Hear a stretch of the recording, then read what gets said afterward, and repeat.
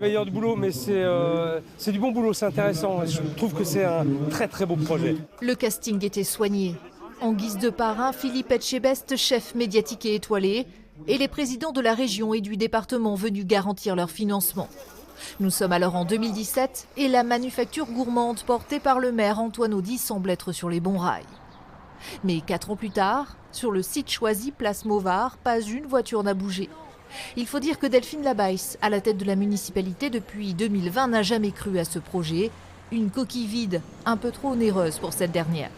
Dès le départ, la réponse par la création d'un équipement à 25 millions d'euros était une réponse qui était inadaptée. C'est vrai que c'était plutôt dans les années 80 qu'on fonctionnait comme ça.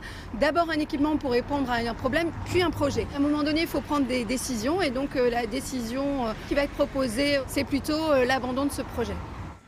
Un projet donc tué dans l'œuf, un naufrage pour Antoine Audy, désormais dans l'opposition. Il y avait du sens à ce que Périgueux s'empare de cette identité pour en faire un pôle d'attractivité touristique, économique. Je pense que c'est un projet qu'elle n'a pas compris. Et comme beaucoup de gens qui ont un esprit étroit, quand on ne comprend pas un projet, on y met fin. Reste après tout cela la question de la gastronomie à Périgueux. Comment la mettre en valeur dans la capitale du Périgord? La municipalité dit travailler sur une solution moins coûteuse, en utilisant notamment la maison du pâtissier pour des animations ponctuelles.